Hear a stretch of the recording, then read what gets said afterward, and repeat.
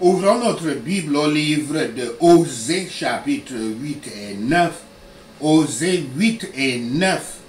Sème le vent et récolte la tempête. Sème le vent et récolte la tempête. Osée 8.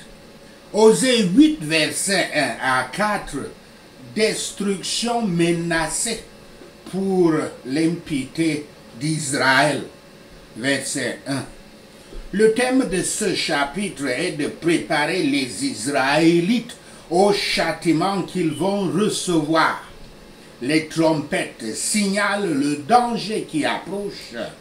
L'aigle est plus exactement traduit comme le vautour fauve, ce qui signifie que la mort est déjà sur Israël et les oiseaux prédateurs prennent leur position. Lorsqu'Israël était aux abois, il réclamait la protection de Yahweh, mais cela n'était pas pris en compte. À quoi cela servirait-il de dire « Mon Dieu, je te connais » si nous ne pouvons pas dire « Mon Dieu, je t'aime, je te sers et je m'attache à toi » Verset 4. Quand ils veulent justifier leur soutien, qui autrement est inexplicable, donc leur soutien à des tyrannies friponnes et impitoyables, certaines personnes, y compris les chrétiens, utilisent et citent souvent la Bible, arguant, je cite, qu'il n'y a point d'autorité qui ne vienne de Dieu. Fin de citation, citant ainsi Romains 13, verset 1. Et que tous les gouvernants et tous les gouvernements sont au pouvoir par la grâce de Dieu. Eh bien, Yahweh dans ce verset 4 leur donne une réponse directe et tranchante. Osée 8, versets 5 à 10. Destruction menacée pour leur idolâtrie. Versets 5 à 7. L'idole du veau de Samarie fait référence aux deux veaux, les deux veaux de Bethel et de Dan, comme nous le voyons dans 1 Roi 12, versets 28 à 30. Et ces impostures créées par l'homme seront détruites comme elles ont provoqué la destruction d'Israël. Ils se sont promis beaucoup, la paix, la victoire, en adorant des idoles. Mais leurs attentes n'ont rien donné. Ce qu'ils sèment par le bâton, pas de l'âme, pas de l'âme, pas de l'âme. Ce qu'ils sèment, ce que je veux dire, ce qu'ils sèment n'a pas de tige, pas de l'âme. Ou si c'est le cas, le bourgeon ne donnera pas de fruits. Il n'y a rien dedans. Les œuvres des ténèbres sont infructueuses. Oui, la fin de ces choses, c'est la mort. Les espoirs des pécheurs les tromperont et leurs gains seront des pièges. En période de danger, surtout au jour du jugement, tous les appareils charnels échoueront. Ils prennent un chemin pour eux-mêmes. Et comme un âne sauvage pour lui-même, ils seront la proie plus facile et plus sûre pour le lion. L'homme n'est rien de plus que comme le poulain de l'âne sauvage qui poursuit dans la créature cette aide et cette satisfaction qui doivent être obtenues seulement de Yahweh. Bien que les gens puissent avoir un peu de tristesse, mais si elle n'est pas de nature pieuse, ils seront amenés à la tristesse éternelle. Osée 8, versets 11 à 14. D'autres avertissements pour les mêmes péchés. Verset 14. Encore et encore, Osée dit ceci. Israël demande à Yahweh de la sauver. Mais elle ne veut avoir Yahweh que selon ses propres termes. Beaucoup de gens parmi nous, et même ceux qui s'appellent des chrétiens, voient ainsi les choses. Eux, ils sont ceux qui commandent, Dieu est là pour les suivre. Ils prennent des décisions. Et quand tout échoue, ça ne marche pas, vous allez les voir prier. Allez dans les prières, les vigiles et les crusades, et dans les collines, et prier les prières de feu. Ils gênent, ils font ceci. Tout simplement parce que ils veulent que Dieu marche avec eux selon leurs propres termes. C'était le cas d'Israël. Israël n'avait aucune intention de vivre selon les commandements de Yahweh. Elle veut le pardon de Yahweh et son aide, mais elle ne veut pas être gouvernée par lui et par sa loi. Le nom de créateur qui est donné à Yahweh se réfère à son élection d'Israël parmi les nations, pas par leur création physique, comme nous le voyons dans Psaume 100, verset 3 et Malachie 2, verset 10. C'est un grand péché de corrompre le culte de Yahweh. Et seront accusés de péché tous ceux qui le commettent, aussi plausibles que leurs excuses puissent sembler être. Yahweh avait fait écrire sa loi pour eux, mais ils ne se souciaient pas de la connaître et ne voulaient pas l'obéir. L'homme semble, par les temples qu'il construit, être conscient de son Créateur. Mais vraiment, il a oublié parce qu'il a rejeté toute la peur de lui. La crainte de lui, elle n'est pas en lui. Mais personne n'a jamais endurci son cœur contre Yahweh et a prospéré. Tant que les gens méprisent les vérités et les préceptes de la parole de Yahweh et les ordonnances de son adoration, toutes les observances, tous les rituels et toutes les offrandes, même coûteuses de leur propre conception, seront à eux comme le péché. Car les services qui sont faits seront selon sa faveur et par Yahshua le Messie seuls sont acceptables à Yahweh. Osée 9, versets 1 à 6. La détresse à venir sur Israël. Verset 2. La moisson que les gens cherchent dans cette prostitution ne produira pas la prospérité pour la nation. En fait, leurs produits ne les soutiendront pas du tout. Yahweh empêchera que le produit de leur prostitution nourrisse la nation. Israël a donné des récompenses à leurs idoles avec les offrandes qui leur ont été présentées. Il est courant pour ceux qui sont négligents dans la religion d'être prodigues dans leur convoitise.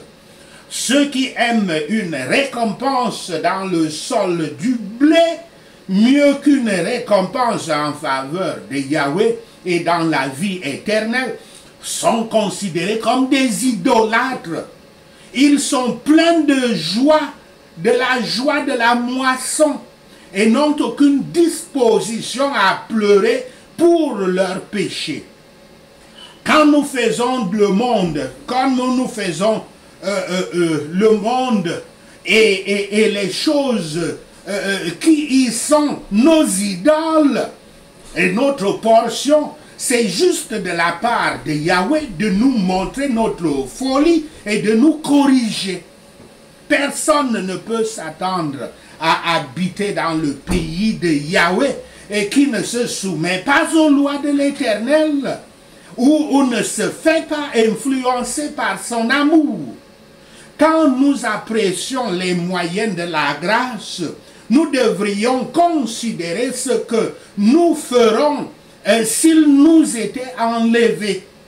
Alors que les plaisirs de la communion avec Yahweh sont hors de portée du changement, les lieux agréables achetés avec l'argent ou dans lesquels les gens disposent de l'argent sont susceptibles d'être mis en ruine.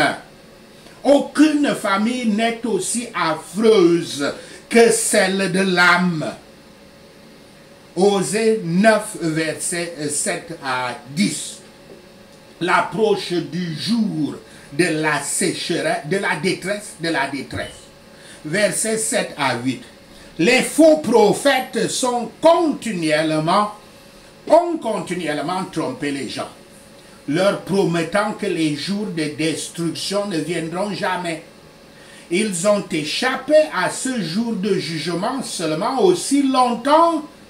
Ils ont échappé aussi longtemps, mais maintenant il est sur eux ce jour de jugement. Dans le dessein de Yahweh, les jours de jugement sont inévitables.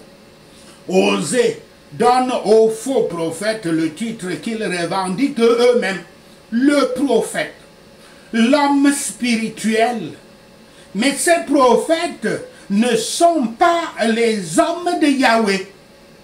Ils peuvent être soi-disant prophètes ou hommes de Dieu, leur propre Dieu ou celui de leur propre fabrication. Mais ils ne sont pas des prophètes ou des hommes de Yahweh parce qu'ils n'ont pas le Saint-Esprit de Yahweh en eux. Ce sont des prophètes insensés et fous qui disent des mensonges destructeurs aux gens. Ils amènent les gens à s'égarer. Verset 10. Baal-Péor. Baal-Péor était l'emplacement d'un sanctuaire pour Baal. Baal, tout comme Baal, le L qui est là-dedans dans Baal, veut seulement dire Dieu. Quand on dit elle, c'est Dieu, sans spécification. Ce n'est pas Yahweh. C'est la même chose pour Allah, qui est un nom qui vient de elle. Allah, c'est tout simplement Dieu. Et il y a tellement de dieux.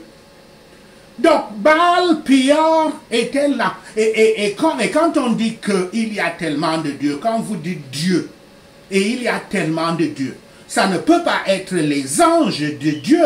Même les anges de Dieu ne sont pas compris par, quand vous dites Dieu de cette manière, sans que ce soit Yahweh. Et ça ne peut être que des anges déçus. Parce que les anges de Yahweh sont soumis à Yahweh et ont toujours dit aux gens qui ont voulu les adorer, ne m'adorez pas du tout. Ils ont toujours dit à plusieurs reprises dans les Écritures. Donc quand vous dites Dieu, et que ce Dieu n'est pas Yahweh, vous ne pouvez adorer que des démons, des anges déçus, Satan.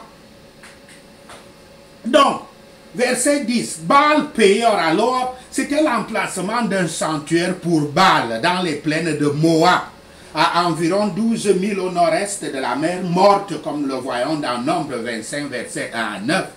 Après que Balaam n'eut pas réussi à faire tomber une malédiction sur Israël, les Israélites en avaient fait tomber une sur eux-mêmes en s'abandonnant à la tentation d'avoir des relations sexuelles avec des femmes moabites. Un fléau avait commencé en Israël et la peste ne s'était pas arrêtée jusqu'à ce que le prêtre Phiné ait pris une lance et l'ait passé à travers les corps d'un homme israélite et d'une femme moabite. en attirant l'attention d'Israël sur cet incident, les gens verront que leur apostasie à Baal a commencé avant qu'ils ne soient même entrés dans la terre promise. Il y avait eu un temps où les gardiens spirituels d'Israël étaient avec Yahweh, mais maintenant ils étaient comme le piège d'un oiseleur. Et le piège d'un oiseleur qui emmène les gens à leur perte. Le peuple était devenu aussi corrompu que celui de Gibéa dans Juge 19. Et leurs crimes devraient être visités de la même manière. Au commencement, Yahweh avait trouvé Israël agréable à lui, comme les raisins le sont aux voyageurs dans le désert. Il les avait vus avec plaisir comme les premières figues mûres. Cela montre le plaisir que Yahweh avait pris en eux. Cependant, ils avaient suivi l'idolâtrie. Osée 9, versets 11 à 17. Jugement sur Israël. Verset 14. Israël avait attribué sa fertilité à Baal. Et maintenant, la stérilité est le seul jugement approprié. Depuis que les gens se sont tournés vers Baal pour la vie, la seule conséquence logique est que Yahweh les livre à la mort. Et ainsi, Yahweh enlèvera la fertilité de la terre. Versets 16 à 17. Israël est tellement maudit que la vie ne sera pas donnée à son peuple. Yahweh leur montrera à quel point ils sont maudits en tant que nation. Ils seront errants parmi les nations, exilés et forcés de vivre en tant qu'étrangers dans le monde. Ils perdront leur bénédiction, leur maison et leur fertilité. En bref, ils vivront maudits parce qu'ils ont rejeté Yahweh et se sont tournés vers Baal. Cette malédiction colle toujours sur les Juifs jusqu'à ce jour. Cette malédiction qui est donnée sur cette écriture. Puisque même quand il livrait Yahshua le Christ à Ponce Pilate s'était lavé les mains en leur disant « Je n'ai trouvé aucune faute sur cette personne. Vous voulez le tuer, je n'ai rien à voir là-dedans. » Ils avaient répondu à Pilate que oui, nous acceptions que toute malédiction tombe sur nous. Et depuis avant même, puisque cette prophétie se passe plusieurs siècles avant la venue du Christ, mais après la venue du Christ, jusqu'à ce jour, les Juifs sont toujours des gens qui sont d'une place à une autre. Ce sont toujours des exilés. Et en l'an 70, ils avaient été massacrés après la malédiction que le Christ avait prononcée sur eux en disant que sur cette place, il n'y a pas de pierre qui restera sur une autre pierre. À cette époque-là, 1 100 000 Juifs étaient morts en l'an 70.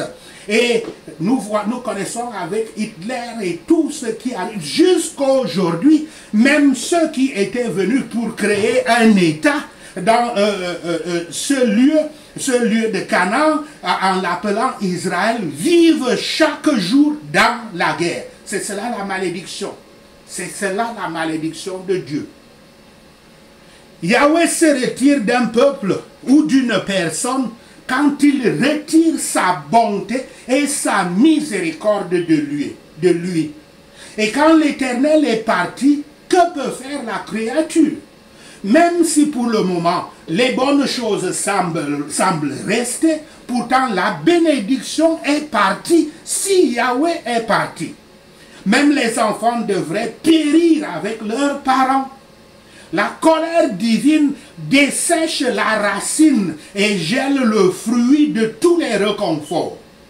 Et les Juifs dispersés nous avertissent chaque jour de ne pas négliger ou d'abuser de l'évangile. Pourtant, chaque frappe n'est pas un assèchement de la racine. Il se peut que Yahweh ait seulement l'intention de frapper afin que la sève puisse être ramenée à la racine, afin qu'il y ait des grâces plus d'humilité, d'obéissance, de patience, de foi, d'abnégation et de brisement. Il est très juste que Yahweh porte des jugements sur ceux qui méprisent sa miséricorde. Sachez ceci, et le Seigneur Yahweh vous bénira. Prenons ces points de prière. Prions Osée 8 et 9.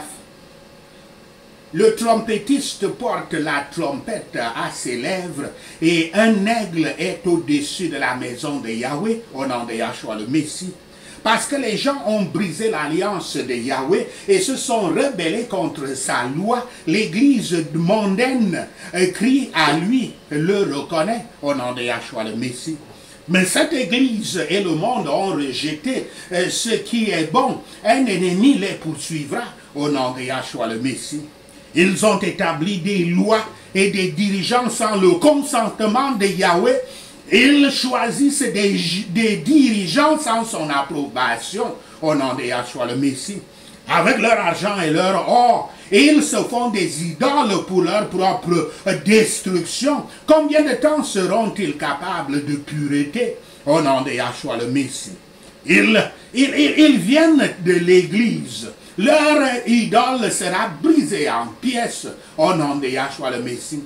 Ils sèment le vent, ils récolteront la tempête au nom de Yahshua le Messie. La tige de l'église mondaine n'a pas de tête, elle ne produira pas de famine. Si elle était pour donner du grain, les étrangers l'engloutiraient au nom de Yahshua le Messie. L'église mondaine est engloutie, maintenant elle est parmi les nations comme quelque chose que personne ne veut au nom de Yahshua le Messie.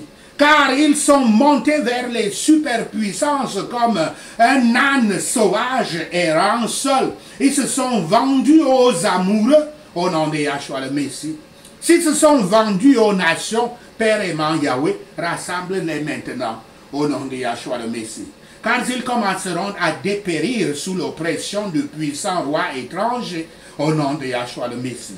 Bien que leur église ait construit de nombreux autels pour les offrandes, pour le péché, ceux-ci sont devenus des autels pour pécher au nom de Yahshua le Messie. Seigneur Yahweh, écris pour eux les nombreuses choses de ta loi, même s'ils les considèrent comme étrangères au nom de Yahshua le Messie.